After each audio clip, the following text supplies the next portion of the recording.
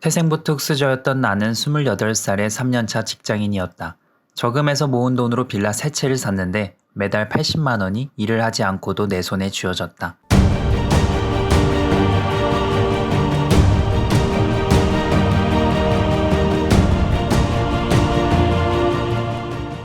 나는 집주인이다.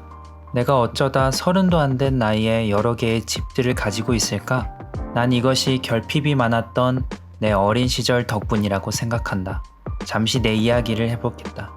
초등학교 4학년 때 우리 5명의 가족은 고작 10평밖에 안 되는 반지하에서 살았다.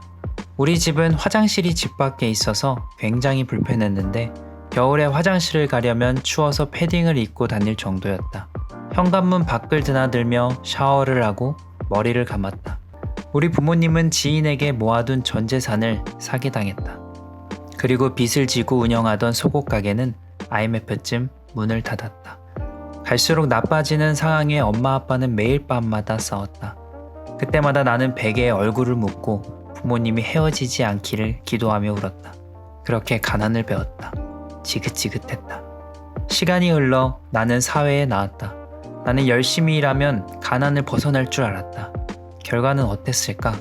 나는 돈을 벌기 위해 미친 듯이 일을 했다. 아직 남아있는 부모님의 빚과 내 학자금 대출을 갚느라 밤낮 없이 일을 했다.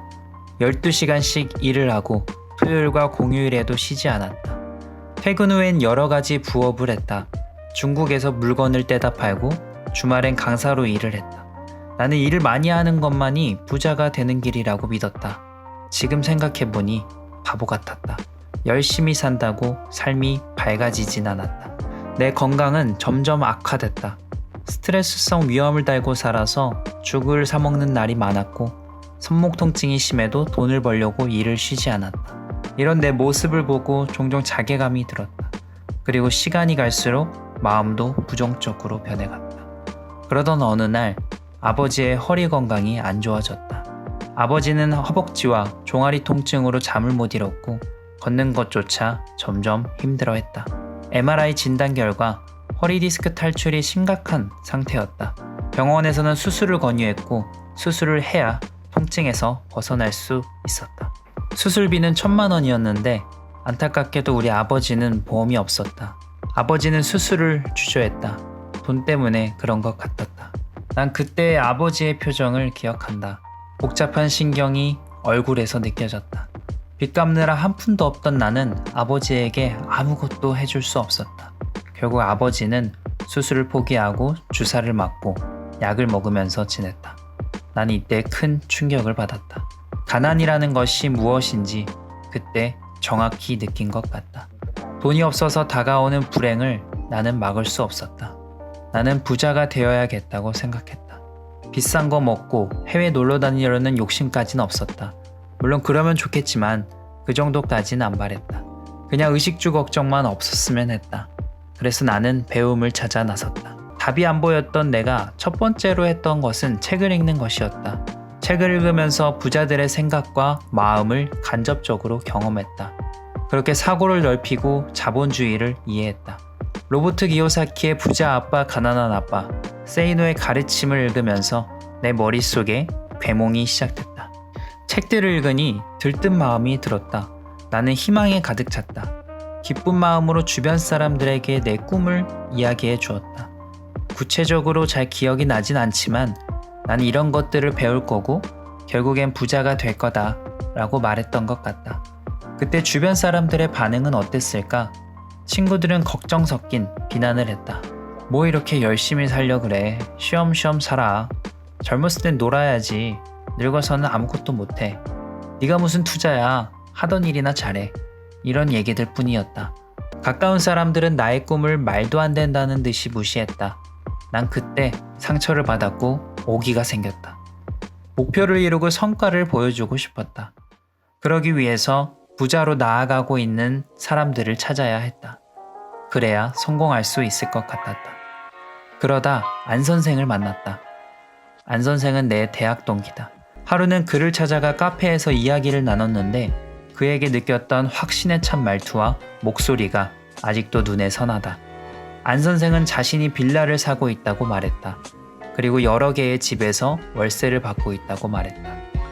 처음엔 웬 허세를 부리나 싶었다. 근데 자세히 듣다 보니 실제 이야기였다. 나는 그때 머리에 망치를 맞은 듯 했다. 부동산 투자에 대한 시각이 완전히 바뀌었다. 나는 집주인이 되려면 적어도 몇 천만 원, 몇 억은 있어야 하는 줄 알았다. 근데 몇 백만 원에도 그게 가능했다. 흑수저가 집주인이 돼서 살아갈 수 있다는 것을 그때 처음 알았다.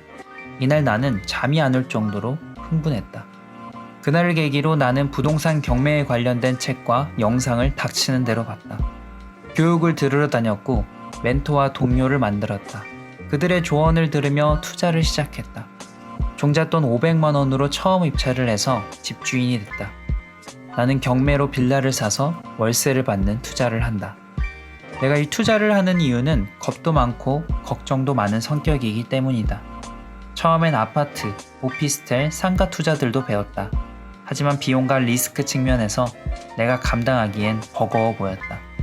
나는 돈이 많지 않았고 실패를 하더라도 감당할 수 있는 정도로 시작하고 싶었다. 빌라가 더 위험한 거 아니냐고? 모르는 사람이 많은데 빌라는 욕심만 부리지 않으면 정말 안정적이고 재밌다. 자세한 이야기는 기회가 생기면 따로 해보겠다. 결론적으로 내가 잘하는 것은 저축이고 작은 빌라를 사서 월세를 받는 것이다.